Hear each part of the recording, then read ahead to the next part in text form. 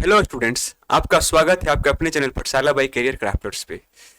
तो आज हम लोग प्राकृतिक संसाधन के बारे में हम लोग जानेंगे। इसके बारे में पहले हम जाने थे संसाधन क्या होता है, उसके वर्गीकरण के बारे में। आज हम लोग देखेंगे प्राकृतिक संसाधन। जो प्राकृतिक संसाधन में हम लोग सबसे पहले देखेंगे भूमि संसाधन, ठीक है। लैंड रिसोर्स के बारे में हम लोग जानेंगे। इसमें बारी बारी से हम लोग पढ़ेंगे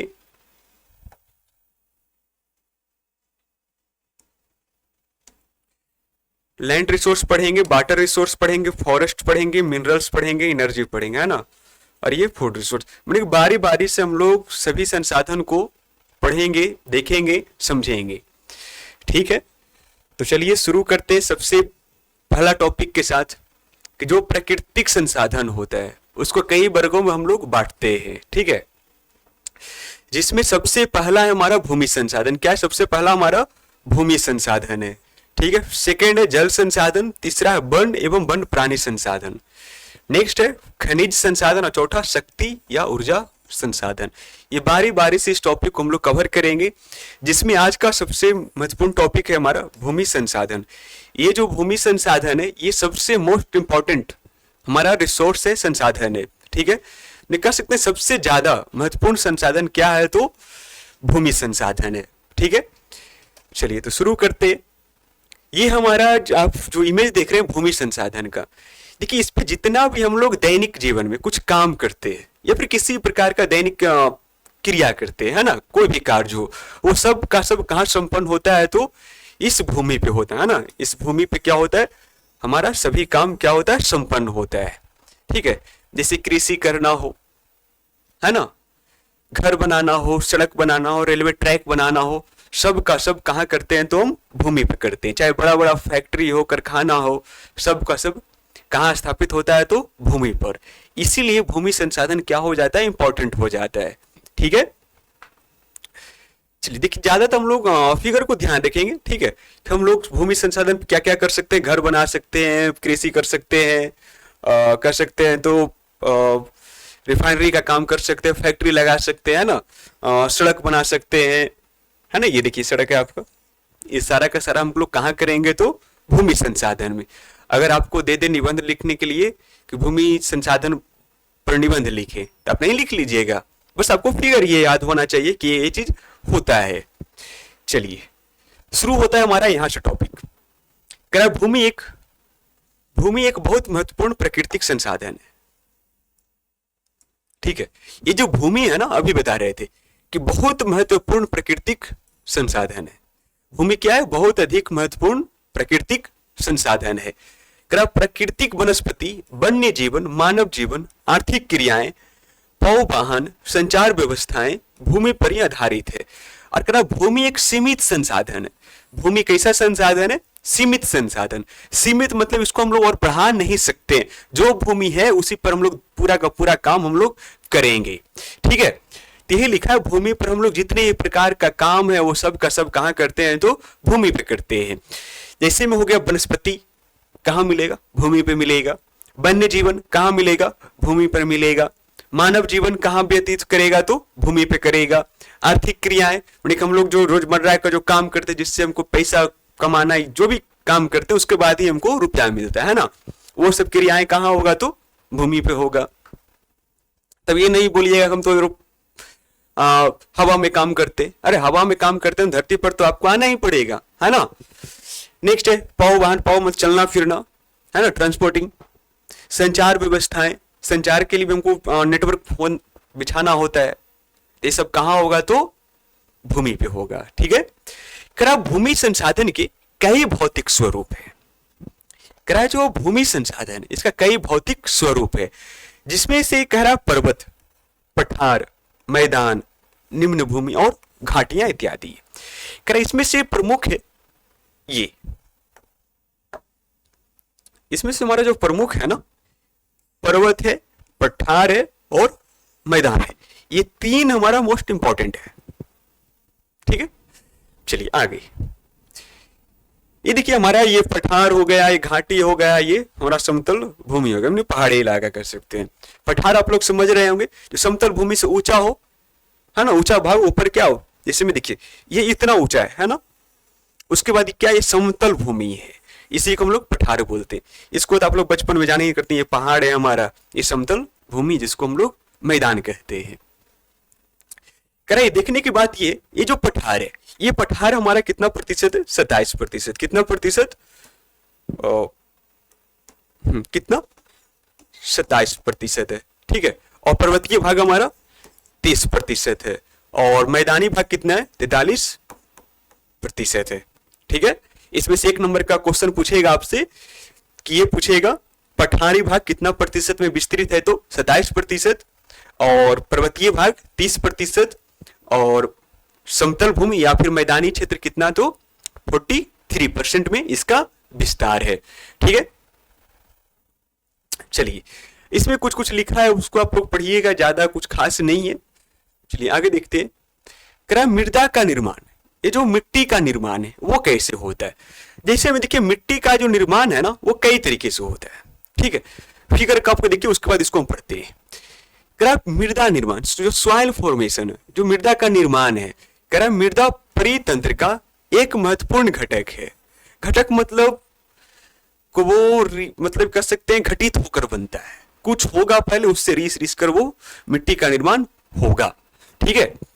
तो वही लिखा है कि एक महत्वपूर्ण घटक है, असंगठित पदार्थों से निर्मित पृथ्वी की सबसे ऊपरी पतली परत मृदा कहलाती है। जो मिट्टी का जो सबसे ऊपरी परत है, वो मिट्टी का सबसे ऊपरी परत है, उसी को हम लोग क्या कहते हैं, मिट्टी कहते हैं, है ना, मृदा कहते हैं। जैसे मान लीजिए हमारा समतल भूमि है, ठीक, इस पे ऊपर देखना पतला पतला थोड़ा सा परत होता है ना, उसी को हम लोग क्या बोलते हैं, मृदा बोलते हैं, ठीक है। चलिए आगे देखिए। मृदा निर्माण एक लंबी अवधि में पूर्ण होने वाली जटिल प्रक्रिया है। जो मृदा का निर्माण होता है बहुत लंबे समय के बाद होता है, कहने का मतलब एक जटिल प्रक्रिया है, ठीक है, एक जटिल प्रक्रिया है। और इसका मिट्टी का निर्माण होने में माने कि बहुत समय लग जाता है हमें, ठीक है। एक लंबी समय अवधि के बाद मिट्टी का निर्माण होता है, ठीक है। चलिए नेक्स्ट है, कुछ सेंटीमीटर गहरी मृदा के निर्माण में लाखों वर्ष लग जाते हैं। जो कुछ सेंटीमीटर जब मिट्टी का निर्माण, मृदा का निर्माण होता है तो उसमें लाखों वर्ष लग जाते हैं। चट्टानों के टूटने फूटने तथा भौतिक, रासायनिक और जैविक परिवर्तनों से मृदा निर्माण होता है।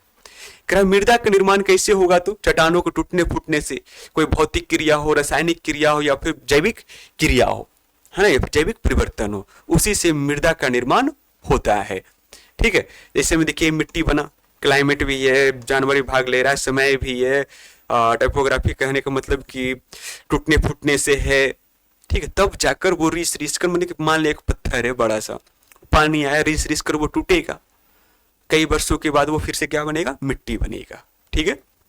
चलिए आगे देखते हैं। मिट्टी का निर्माण हम लोग समझ गए कि मिट्टी कैसे बनता है, ठीक है। अब मिट्टी के प्रकार, ये जो मिट्टी के प्रकार है, टाइप्स ऑफ सॉइल, है ना। मिट्टी के प्रकार को हम लोग 6 भागों में बांट देते हैं, ठीक है।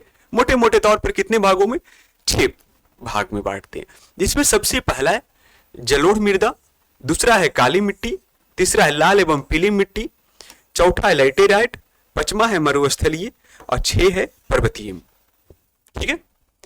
मिट्टी को, मृदा के कितने प्रकार, तो 6 प्रकार।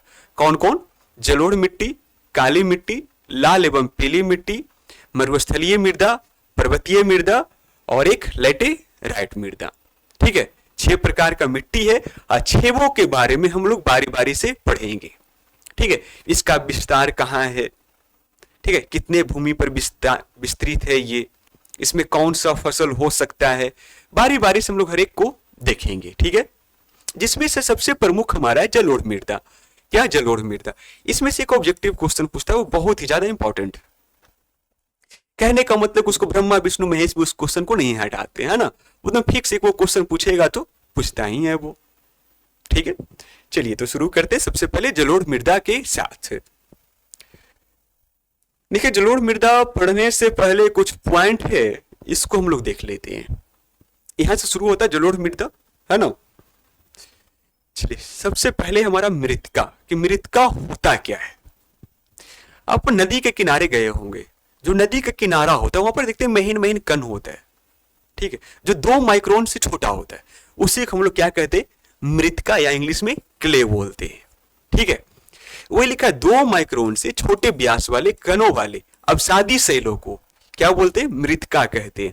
यहां पर देखिए आपको ये दिख रहा होगा यही सब,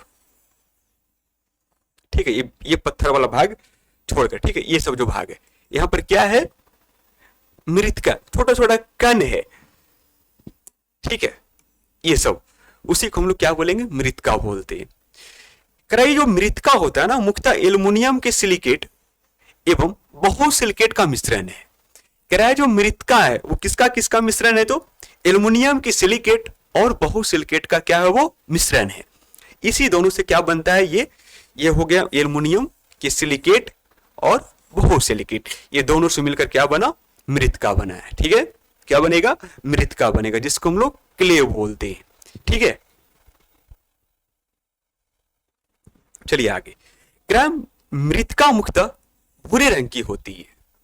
ये जो मृतिका होता है वो कैसा होता है, भूरे रंग का होता है, ठीक है। एक मिनट रुक जाइएगा। चलिए, ये जो मृतिका होता है वो कैसा होता है, भूरे रंग का होता है, और यह नदियों के किनारों पर देखने को मिल सकता है।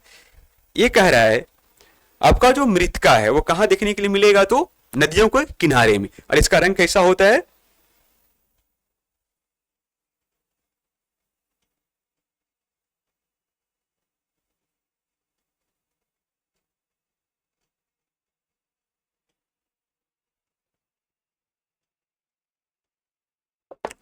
हाँ 1 मिनट दीजिएगा।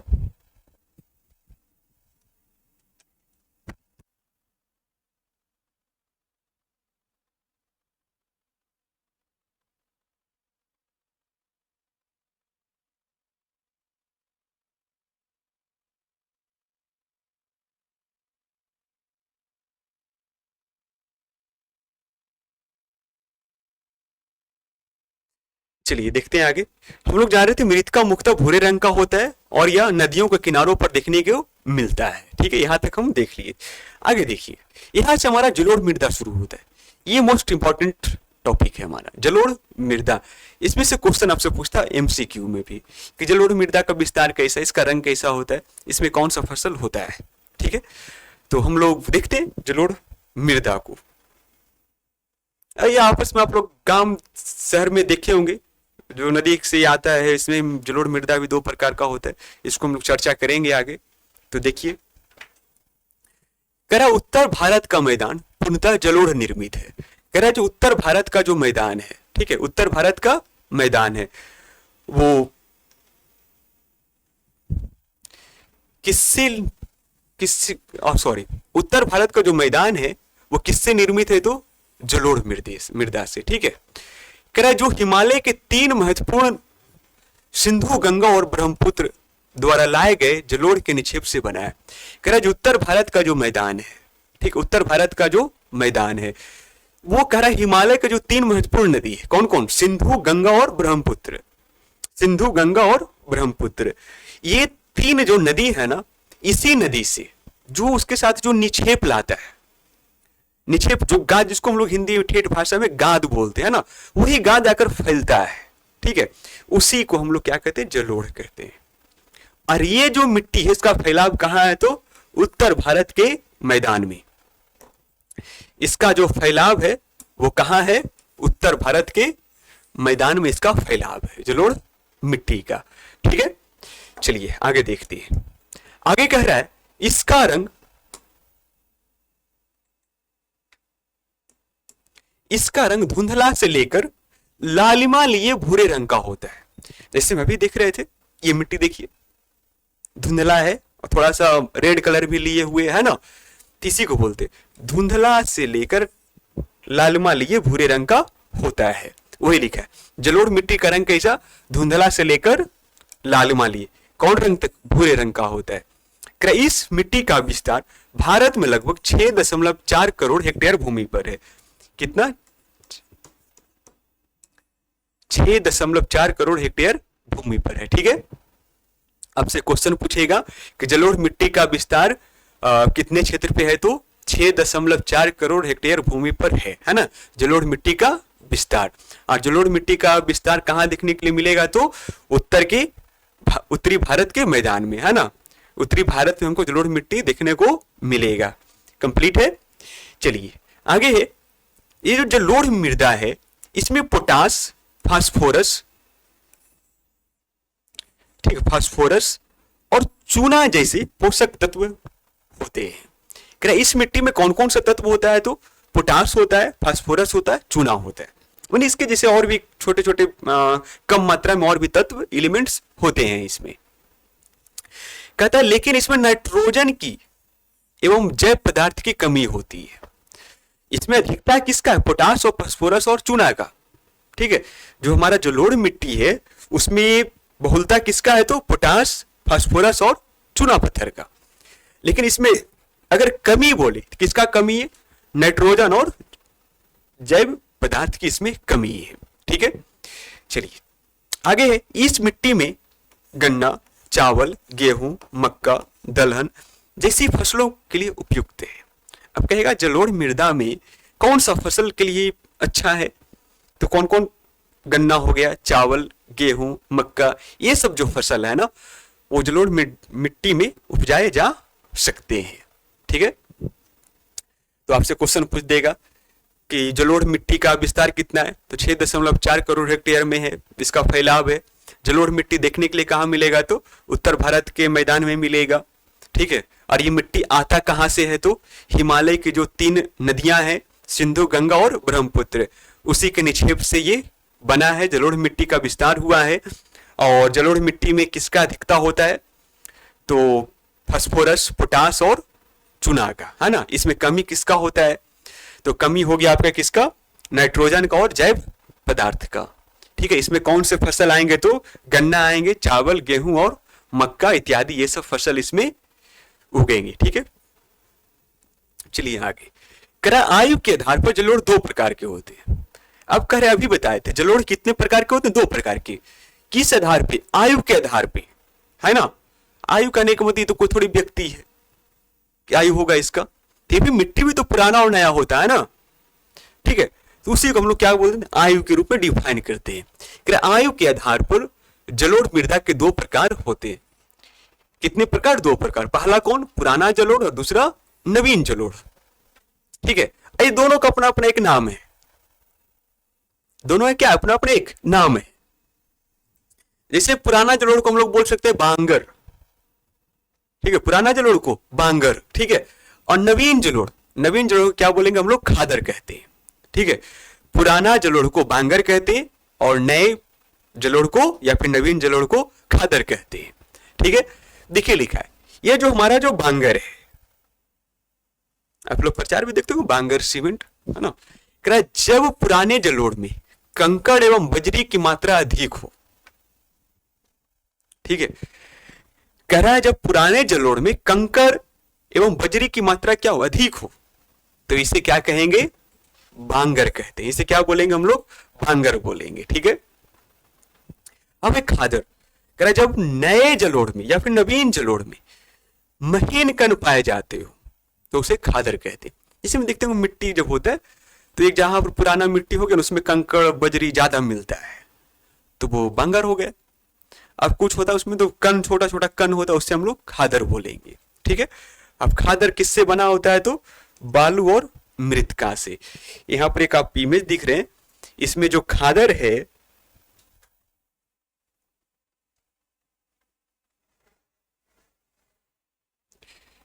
ठीक है, ये जो खादर है किसका किसका मिश्रण है, तो बालू और मृतिका का। ठीक है, बालू और मृतिका के मिश्रण है, उसे हम लोग खादर बोलते हैं। ये आपको याद हो गया होगा कि आयु के आधार पर जलोढ़ 2 प्रकार के, पुरानी जलोढ़ और नवीन जलोढ़। पुरानी जलोढ़ को हम लोग क्या बोलेंगे, खादर बोलेंगे, सॉरी बांगर बोलेंगे, और नई जलोढ़ को खादर बोलेंगे। ठीक है, चलिए नेक्स्ट है, नेक्स्ट कहता है उत्तर बिहार में बालू प्रधान जलोढ़। कह रहा उत्तर बिहार में जो बालू प्रधान जलोढ़ है उससे हम लोग दियार भूमि कहते हैं। कौन भूमि कहते हैं? दियार भूमि। जैसे में देखिए ना, ये मान लीजिए गंगा नदी है, इसके तट पर देखिए बालू प्रधान है, इसी को हम लोग क्या कहेंगे? दियार भूमि कहते हैं। और दियार भूमि जो हो ना, मक्का का खेती, इसका मक्का का खेती ज्यादा होता है, ठीक है। जो दियार भूमि होता है ना, उसमें मक्का का खेती सबसे अधिक होता है। देखिए लिखा भी है इसमें। और यह भूमि मक्का की कृषि के लिए विश्व प्रसिद्ध है। ये जो दियार का जो भूमि है, करा जो विश्व प्रसिद्ध है, किस लिए? तो मक्का की खेती के लिए, ठीक है। मक्का की खेती के लिए विश्व प्रसिद्ध कौन सा मिट्टी है? तो जलोढ़ मिट्टी। लेकिन जलोढ़ भी कहाँ का? तो दियार का। दियार किसको बोलते हैं? जो बालू प्रधान जगह है ना, उसको हम लोग दियार भूमि भी कहते हैं, ठीक है। इसमें से एक क्वेश्चन आपसे पूछेगा कि दियार भूमि में किस फसल का अधिक उत्पादन होता है? तो किसका होता है? मक्का का होता है, ठीक है। चलिए आगे देखते हैं। काली मिट्टी, ज्यादा नहीं, हम लोग उसको दो पार्ट में देखेंगे, ठीक है। तो नेक्स्ट हमारा काली मिट्टी। काली मिट्टी मतलब जिसका रंग काला हो, ठीक है। ये जो काली मिट्टी है ना, जो ब्लैक सॉइल, ये कपास की खेती के लिए, किसकी खेती के लिए? कपास की खेती के लिए सबसे उपयुक्त है। ये जो काली मिट्टी है ना, वो कपास की खेती के लिए क्या सबसे उपयुक्त है, ठीक है। और इसमें कह सकते हैं तो सबसे ज्यादा एल्युमिनियम लोहा होता है, ठीक है। इसको अब देखेंगे हम लोग, तो यहां से ध्यान रखिएगा। काली मृदा किसके लिए उपयुक्त है? तो कपास के लिए। और कपास को हम लोग उजला सोना ही बोलते हैं। क्या बोलते हैं? उजला सोना ही बोलते हैं कपास को, ठीक है। और काली मिट्टी को हम लोग कपासी मृदा ही बोलते हैं। क्या बोलते हैं? कपासी मृदा भी बोलते हैं। कंप्लीट है। चलिए शुरू करते हैं इसका टॉपिक, हम लोग देखते हैं। क्रईस मिट्टी का निर्माण मूल शैलों एवं ज्वालामुखी के बेसाल्ट लावा के विघटन से हुआ है। क्रईस मिट्टी का निर्माण, कौन सा मिट्टी का? काला मिट्टी का निर्माण किससे हुआ है? जब मूल शैल एवं ज्वालामुखी के बेसाल्ट लावा के विघटन से हुआ है। मतलब वो टूटा है, लावा का जो मिट्टी है ना, वो टूटा है तब जाकर हुआ है। कह रहा जो खास तौर पर दक्कन के लावा प्रदेश, ये कहां मिलेगा? जो दक्कन का जो लावा प्रदेश है, जैसे मैं कहा महाराष्ट्र हो गया, गुजरात हो गया, कर्नाटक, आंध्र प्रदेश, तमिलनाडु जैसे राज्यों में इस मिट्टी का विस्तार है।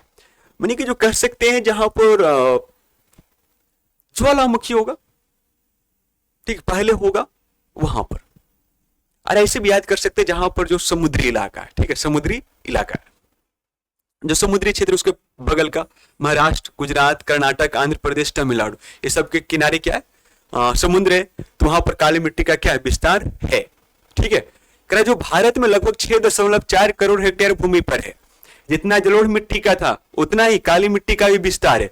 कितना? 6.4 करोड़ हेक्टेयर भूमि है, ठीक है। क्रईस मिट्टी में सॉरी हेक्टेयर भूमि पर है। इस मृदा का स्थानीय नाम रेगुर भी है, इसको ध्यान रखना है। इस रेगुर को, काली मिट्टी का स्थानीय नाम क्या है? तो रेगुर मृदा। काली मिट्टी का स्थानीय नाम रेगुर मृदा है, ठीक है। क्या इस मिट्टी में उपस्थित एल्युमिनियम एवं लौह यौगिक के कारण इसका रंग काला होता है। ये गाना भी हम काले हैं तो क्या हुआ है ना, वही ध्यान रखिएगा। इस मिट्टी में क्या क्या उपस्थित है? एल्युमिनियम उपस्थित है एवं लौह यौगिक उपस्थित है। इसी के कारण इस मिट्टी का रंग कैसा होता है? काला होता है, ठीक है। यह कपास की खेती के लिए सर्वाधिक उपयुक्त मानी जाती है। अभी बता रहे थे जो काली मिट्टी है ना, इसमें कौन सा फसल होता है? तो सबसे ज्यादा कपास का होता है। इसे काली कपासी मृदा भी कहते हैं। कहता है काली मिट्टी को क्या कहते हैं? काली कपासी मृदा के भी नाम से भी जाना जाता है। और जहां ये मिट्टी होता है काली मिट्टी, उसका स्थानीय नाम क्या है? रेगुर मृदा है ना, रेगुर मृदा है, ठीक है।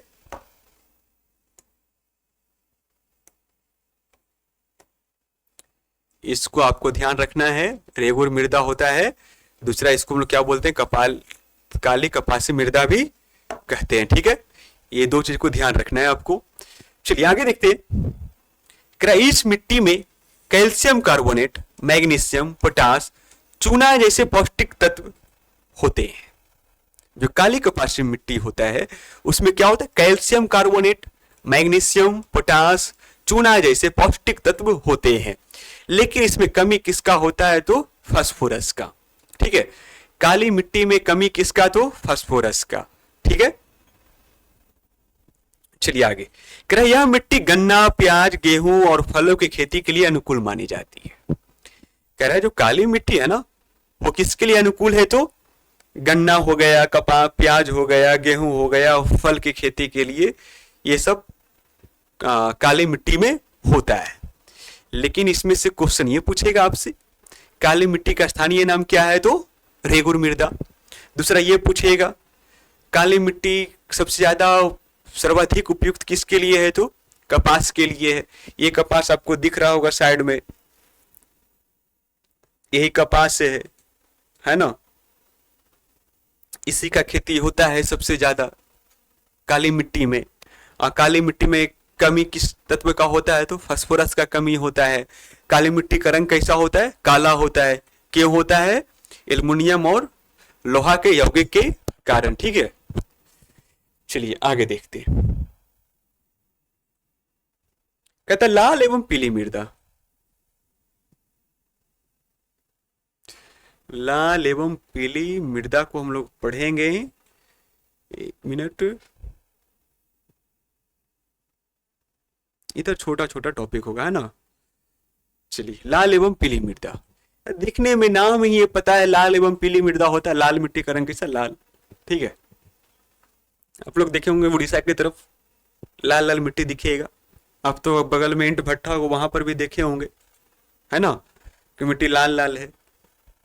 देखिए आगे, इस मिट्टी का विकास प्रायद्वीपीय पठार के पूर्वी एवं दक्षिणी हिस्से में रवेदार अग्नि चट्टानों द्वारा हुआ है। ठीक है, इस मिट्टी का विकास किसका? जो लाल एवं पीली मिट्टी है उसका विकास कहां हुआ है? तो प्रायद्वीपीय पठार के पूर्वी एवं दक्षिणी हिस्से में। और किससे हुआ है? तो रवेदार अग्नि चट्टान से। और जहां पर 100 सेंटीमीटर से कम वर्षा होता है, जहां पर 100 सेंटीमीटर से कम वर्षा वाले क्षेत्रों में हुआ है। ये तो फिक्स है, आपसे भी क्वेश्चन पूछेगा कि जो लाल एवं पीली मृदा है उसका विस्तार कहां होगा? जहां 100 सेंटीमीटर से कम वर्षा हो वहां पे होगा, है ना। जो खास तौर पर इस मृदा का प्रसार, उसी को विस्तार कहते हैं। कहां कहां है? तो तमिलनाडु में है, कर्नाटक में है, गोवा में है, उड़ीसा जैसे क्षेत्रों में है। ठीक है,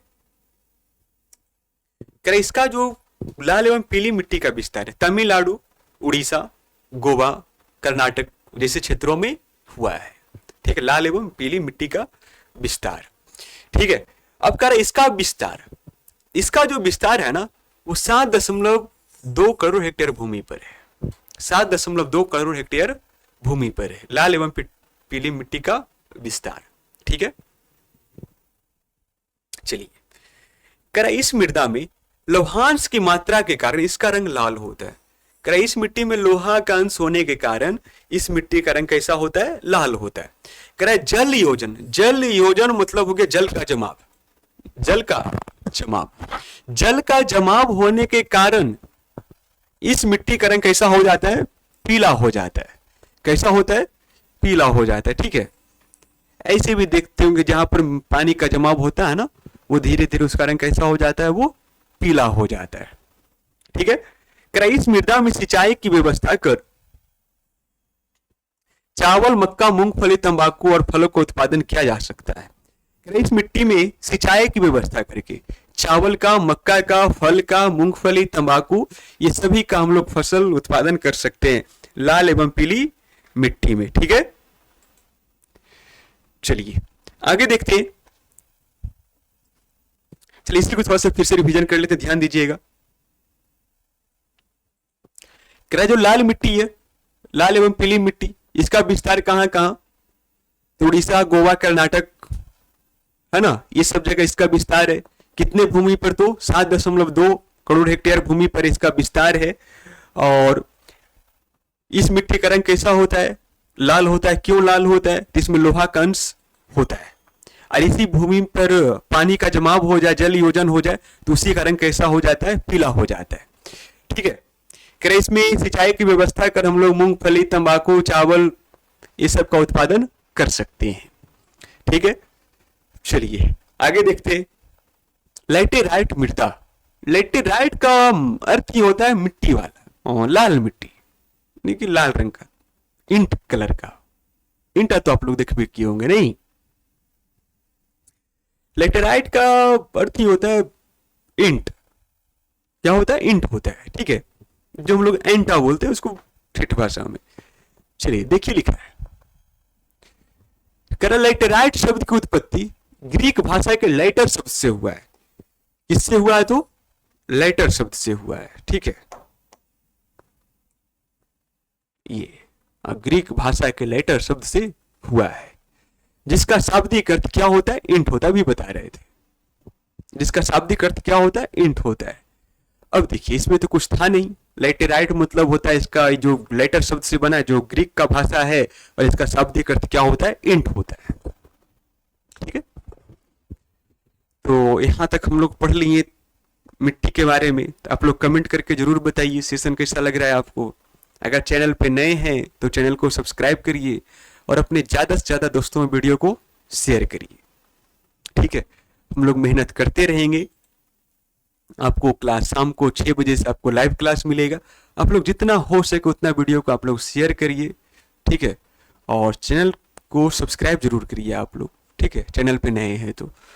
ठीक है, चलिए हम लोग कंटिन्यू करते हैं आगे का। कह रहे लैटेराइट मृदा, कह रहा इस मिट्टी का जो विस्तार हुआ है ना, जहां पर अत्यधिक वर्षा हो, जहां पर तापमान ज्यादा हो, ठीक है, वहीं पर लैटेराइट मिट्टी का विस्तार हुआ है। जैसे मिंट भट्टा को आप देखिए ना, और पानी भी होता है वहां पर, कर सकते हैं तो टेम्परेचर भी ज्यादा होता है, मिंट पकता है तो। ठीक है, तो ज्यादा उससे रिलेट ना करते हैं, ध्यान दीजिए इस पे। इस मिट्टी का विकास उच्च तापमान एवं अत्यधिक वर्षा वाले क्षेत्रों में हुआ है। कह रहा है जो इस मिट्टी का जो विकास है ना, कहाँ हुआ है? तो उच्च तापमान यानी कि हाई टेम्परेचर वाले क्षेत्र में, और अत्यधिक वर्षा, जहां पर वर्षा भी क्या हो? अत्यधिक हुआ हो। इस मिट्टी का विस्तार कर्नाटक, केरल, तमिलनाडु, उड़ीसा, असम जैसे राज्यों में हुआ है। कह रहा है जो लैटेराइट मृदा का विस्तार है ना, वो कहाँ कहाँ है? तो कर्नाटक में है, केरल में, तमिलनाडु में, उड़ीसा में और असम जैसे राज्यों में है। कह रहा है भारत में इस मृदा का विस्तार लगभग 1.3 करोड़ हेक्टेयर भूमि पर है। कितने? 1.3 करोड़ हेक्टेयर भूमि पर है। ठीक है, अगर बोलेगा लैटेराइट मृदा का विस्तार कितने भूमि पर? 1.3 करोड़ हेक्टेयर भूमि पर है। एल्युमिनियम और लोहे का ऑक्साइड, एल्युमिनियम एवं लोहे के ऑक्साइड के कारण इसका रंग लाल होता है। एल्युमिनियम एवं लोहा के ऑक्साइड के कारण लैटेराइट मृदा का रंग कैसा होता है? लाल होता है। कैसा होता है? लाल होता है ना, बिल्कुल खुनमा जैसा लाल होता है ना। चलिए, एल्युमिनियम एवं लोहे के ऑक्साइड के कारण इसका रंग कैसा होता है? लाल होता है। इस मिट्टी में कर्नाटक, केरल, तमिलनाडु जैसे राज्यों में मृदा संरक्षण तकनीक के सहारे चाय एवं कहवा, ठीक है, चाय एवं कहवा का उत्पादन किया जाता है। कह रहा मृदा संरक्षण तकनीक के सहारे कहां कहां? तो कर्नाटक, केरल, तमिलनाडु, कर्नाटक, केरल और तमिलनाडु जैसे राज्यों में कर सकते हैं सिंचाई की व्यवस्था करके या मृदा संरक्षण की व्यवस्था करके हम लोग चाय और कॉफी का उत्पादन कर लेते हैं। अब बाकी बचा वहां पर खेती हो जाता है, काजू का हो जाता है। ठीक है, वही लिखा होगा नीचे। तमिलनाडु, आंध्र प्रदेश, केरल में इस मिट्टी में काजू की खेती के लिए उपयुक्त मानी जाती। जो भगवा जो शेष बचा ना, वहां पर किसका खेती होता है? तो काजू का होता है। ठीक है, तो काजुआ की खेती कहाँ कहाँ होगा? तमिलनाडु में होगा, आंध्र प्रदेश में होगा और केरल में होगा, और भी छोटे छोटे बगल का पड़ोसिया जो राज्य होगा वहां पे। कंप्लीट है। तो बाकी देखेंगे हम लोग नेक्स्ट पार्ट में। ठीक है, नेक्स्ट पार्ट में हम लोग देखेंगे मरुस्थलीय मृदा के बारे में। ठीक है, आज हम लोग पढ़ लिए कहां तक?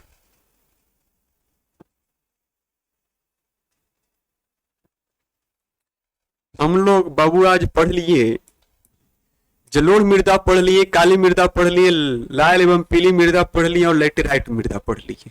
बाकी बचा दो, ये दो को नेक्स्ट क्लास में पढ़ लेंगे। और एरिया में पढ़ेंगे हम लोग मृदा संरक्षण कैसे कर सकते हैं, है ना। इसमें से एकदम क्वेश्चन एगो पूछता है बेहतरीन दम कि मृदा संरक्षण पर निबंध लिखें, वही मृदा संरक्षण के बारे में हम लोग इस वीडियो में पढ़ लेंगे, अगला वीडियो में पढ़ेंगे, ठीक है। फसल चक्रण क्या होता है, संरक्षण क्या होता है, सबका हम लोग नेक्स्ट वीडियो में हम लोग पढ़ेंगे। तो आप लोग रेगुलर बने रहिए चैनल पे, ठीक है, और चैनल को सब्सक्राइब